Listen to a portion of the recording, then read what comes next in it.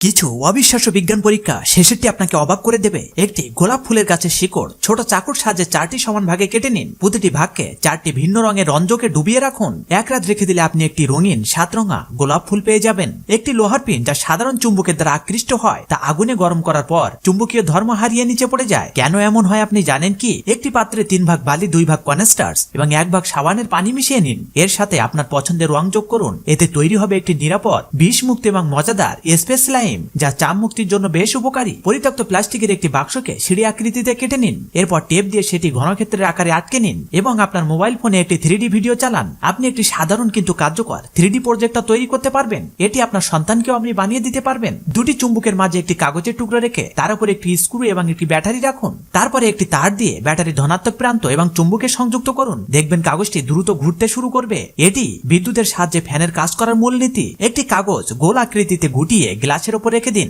তারপর কাগজে আগুন দিন। ধোঁয়া সেই গোল কাগজের ভিতর দিয়ে সাদা ঝর্ণার মতো বয়ে যাবে। এই দৃশ্য সত্যি চমৎকার। এখন কিছু লাইক সাবস্ক্রাইব পাওয়া যাবে কি?